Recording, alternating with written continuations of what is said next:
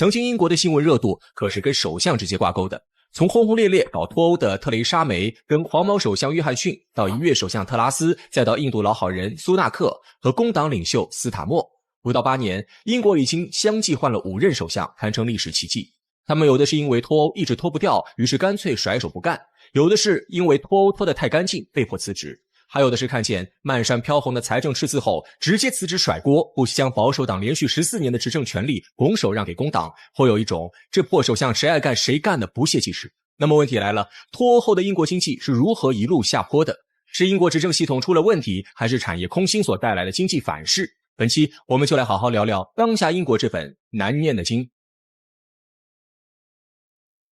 提到脱欧，很多人认为只要在欧盟宣布自己要脱欧，然后签一纸合同就搞定了。但其实这事儿远没那么简单。就拿英国来说，自打加入欧盟后，它就陆续跟欧洲各国在各产业达成了深度融合，并且凭借老牌资本主义强国的优势，逐渐将产业空心化，以此来长期保持英国在欧盟的产业高顺位。直到2016年，卡梅伦搞脱欧公投玩脱了，原本大家都觉得公投只是彰显民主的游戏而已，没人觉得会真的脱欧，所以上到英国政府，下到企业机构都没有准备脱欧预案。也因此，当脱欧公投结果出来的那一刻，所有人都不知道下一步棋究竟该怎么走。可眼下木已成舟，即使英国高层有千百万个理由不想脱欧，也要执行下去了。于是，在卡梅伦引咎辞职后，特蕾莎梅走马上任，主要领导英国脱欧进程。在脱欧谈判中，为英国争取到最好的结果，避弥合因为此事所带来的党内矛盾和社会分歧。遗憾的是，这位女首相不仅没有重振当年铁娘子撒切尔夫人的英姿，反倒是在欧盟与英国议会之间反复受夹板气，可谓是呕心沥血、殚精竭虑、备受折磨。好不容易谈出一项脱欧法案，结果拿到英国议会后直接不予通过。自己落不着好的同时，还要被骂是蠢女人，有丧权辱国之嫌，说什么我大英帝国向来都是跟别国签不平等条约，哪有我们吃亏的份儿？显然，英国议会压根就没想好好执行公投结果。于是，梅姨在经历了3次议会投票失败后，将首相位置交给了约翰逊。当初脱欧公投的时候，就属他闹得最欢，让他接班再合适不过了。约翰逊一开始还是挺充满激情的，可他很快就发现这事儿有些不对劲。他来来回回在欧盟跟议会之间跑了2趟，但方案却始终不予通过，这让他很是不爽。于是，一怒之下直接动用首相权力解散了议会。在重组议会后，才终于让英国在2020年12月31号完成脱欧进程，结束了为时3年半的脱欧过渡期。而这漫长的脱欧过渡期，可把英国自己给坑得够呛。首当其冲的就是金融体系受到冲击。作为欧洲的金融中心，英国金融一直处于行业的高生态位，然而脱欧所带来的一系列不确定因素，直接让投资者对英国失去信心。因为在金融行业向来没有是非对错，哪里稳定安全，资金就会去往哪里。显然，正处于脱欧过渡期的英国，并不是世界投资者的首选。其次是供应链成本的骤然增加，英国产业结构空心化已经达到令人发指的程度，农业仅占总产值的 0.5%， 工业仅占 20%， 而服务行业则趋近于 80%。在脱欧前，英国还能凭借高收益的第三产业躺着赚钱。可是，自从脱欧的风吹过来，未来的贸易往来是否有关税，上游供应链是否稳定，下游销售是否存在竞争等一系列问题就扑面而来。英国企业天天盯着英国政府到底能不能脱欧，可这一拖就拖了3年多，结构无法确定，战略无法规划，游戏规则一天一个样，换做哪家企业都吃不消。更严重的是，在正式脱欧之后，英国企业依然吃不饱饭。虽然英国仍然与欧盟国家保持自由贸易，但货物入关出关的手续从以前的寥寥几份激增到平均180份，大大增加了行政成本。换句话说，生意还是那些生意，但用人是越来越多了。再加上英国的高福利社会，用人成本更翻了番的往上涨，这也直接导致了企业利润高速下滑。然而这一系列连锁反应才仅仅是开始，英国的经济寒冬在约翰逊辞职之后才真正展现。2022年，约翰逊迫于压力正式辞去首相职务。他本以为自己是脱欧的功臣，民众会大力支持他，可事实却截然相反。英镑贬值、通货膨胀、物价飙升等一系列问题接踵而来。约翰逊内阁的频繁辞职也间接证明英国经济并不乐观。到英国历史上第3位女首相特拉斯走马上任时，他才发现眼前的是多么大的一个烂摊子。挑重点的讲，特拉斯面临的最大问题是财政赤字。根据英国财政部统计，2022年至2023年，英国财政赤字为1392亿英镑，占 GDP 的 5.5%。看起来不算太多，但问题在于应当如何化解赤字。上面咱们提到过，脱欧过渡期所带来的一系列不确定因素，重创了英国企业，加上国民福利居高不下，收入少，花钱多，打破了英国财政赤字的动态平衡。特拉斯自然也知道这个道理，但受限于英国政治的独特性，如果此时增加财政收入，反而会让已经陷入寒冬的英国企业雪上加霜。若民心相悖，就会失去选票，而选票又是保守党持续执政的关键。所以特拉斯只能硬着头皮推出了大规模减税计划，想要在动荡期间赢得更多选票。然而事与愿违，英国市场给了他一记响亮的耳光。迷你预算减税不但没有起效果，反而让英国金融市场股票、汇率、债券迎来三杀。通货膨胀加剧，民众生活成本继续飙升，甚至有英国民众声称这种激进的经济政策不亚于苏联当年的休克疗法。这种形容虽有夸张，但也确实能反映问题。在英国一系列负面消息接踵而至后，在任45天的特拉斯果断辞职。此时所有人都在猜测，这场背黑锅的击鼓传花到底会在哪位首相任期内结束。紧接着就来到了印度裔首相苏纳克的时代。少数族裔担任首相本来是一件能够振奋人心的好事，所有人都希望苏纳克能够在平等视角下改善英国经济结构。但好景不长，阻止苏纳克振兴英国经济的头号敌人不再是欧盟，而是俄乌冲突。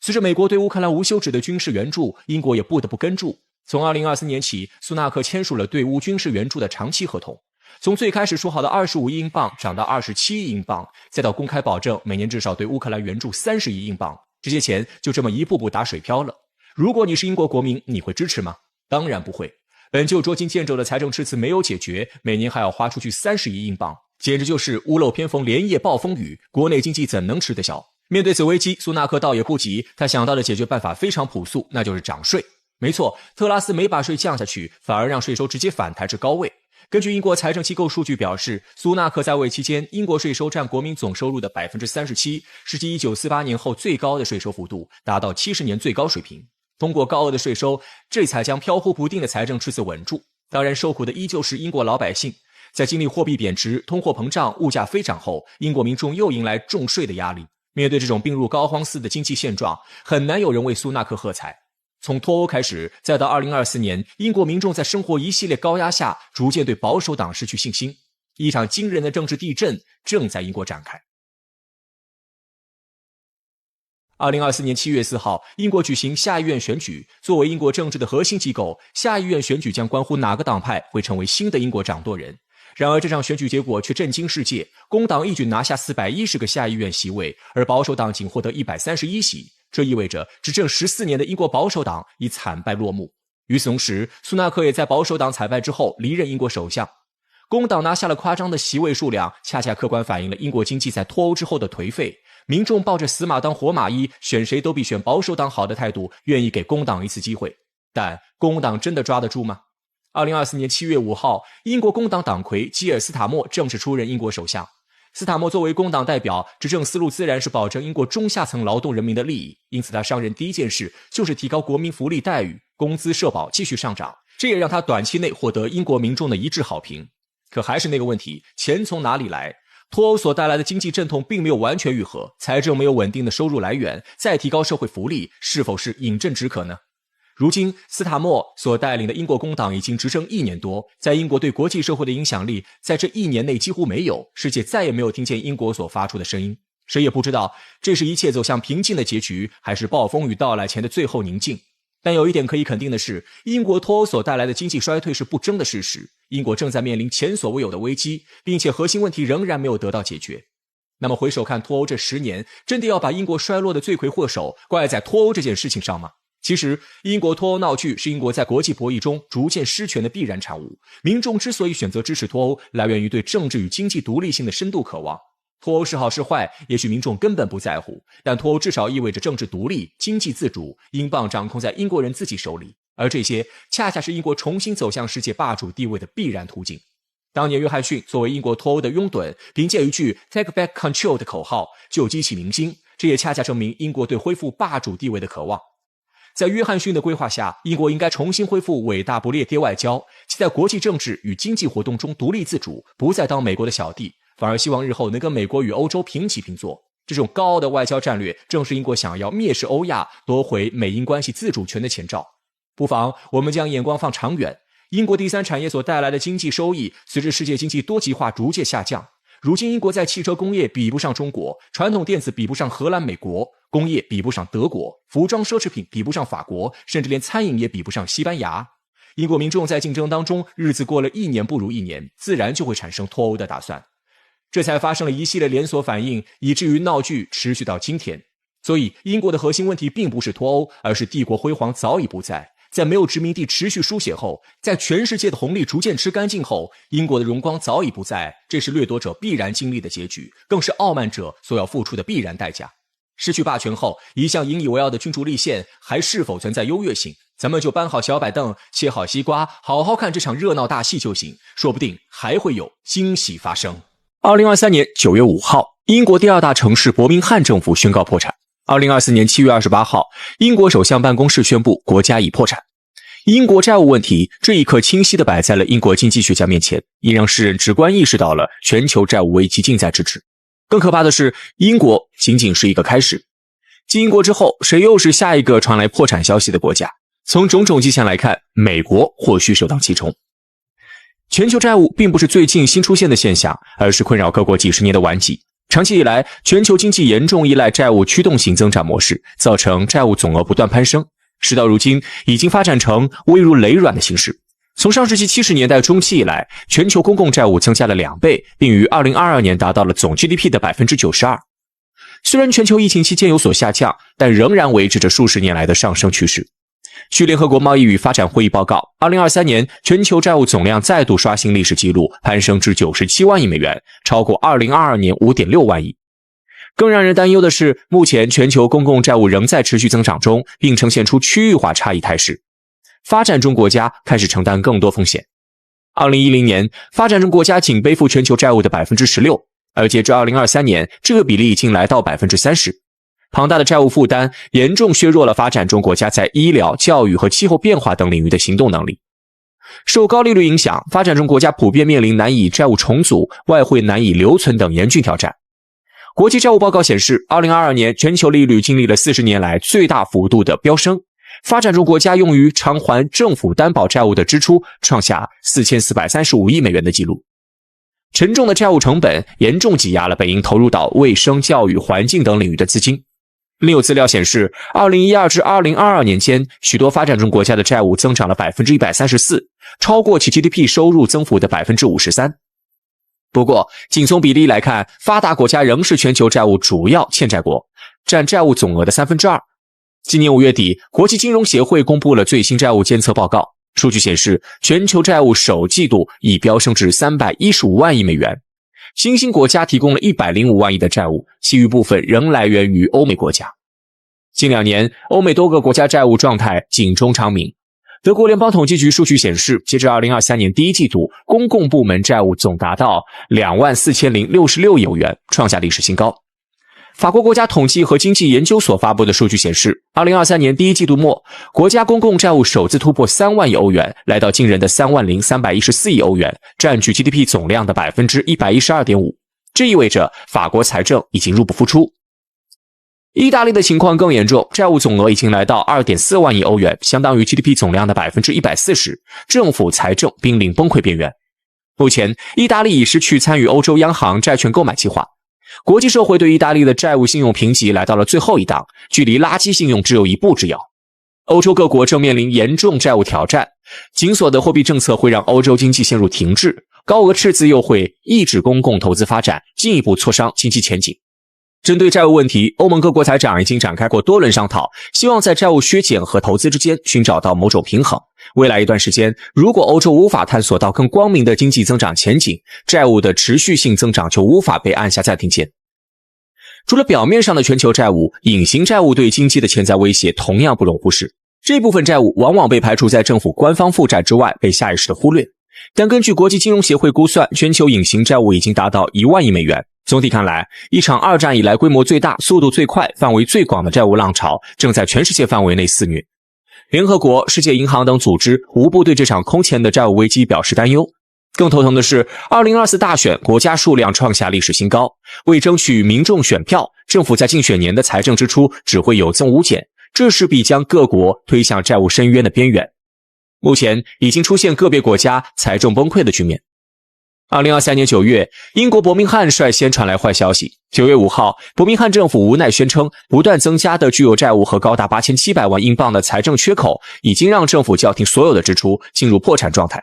短短1周内，该消息在英国持续发酵传播，越来越多英国经济学家忧心，会有越来越多城市步伯明翰的后尘。从英国财政的现实情况来看，这种担心不无道理。截至今年5月底，英国净债务达到 2.567 万亿英镑，超过 GDP 总量的 0.1%。这是自1961年3月以来，英国政府债务首次超过 GDP 的 100%。英国统计局数据显示，2024年7月，英国消费者价格指数上涨 6.8%， 相较6月涨幅有所下跌。与此同时，英国通胀率居高不下，剔除能源与食品价格之后的核心通胀率依然同比上涨 6.9%。目前，英国通胀趋势虽有放缓迹象，但依然远远高于英国央行的政策目标之上。为遏制通胀势头，英国央行自2021年12月以来，已连续加息14次，基准利率提升至 5.25%。预计今年下半年，央行还将继续加息。然而，在高通胀和高利率的环境下，英国的财政负担也会进一步加大。统计局数据显示，仅7月份，英国政府债务的应付利息就高达77亿英镑。自全球疫情以来，英国政府债务规模飙升 40%， 达到近 2.6 万亿英镑，与年度总 GDP 相当。2024年，英国面临的债务利息支出占总收入的 10.4%， 高达1100亿英镑。这个比例不仅在发达国家中占比最高，也是1995年至今欧美世界有统计的最高水平。今年6月，金融评级机构惠誉在对英国评级时将其暂列为负面，明确表示英国持续上升的债务让英国债务前景蒙上了不确定性的阴影。国债利息支出与财政收支的比例向来被视作政府偿债的重要指标，而英国债务利息的高占比反映出政府不断攀升的债务社会成本已经给英国政府带来较大压力。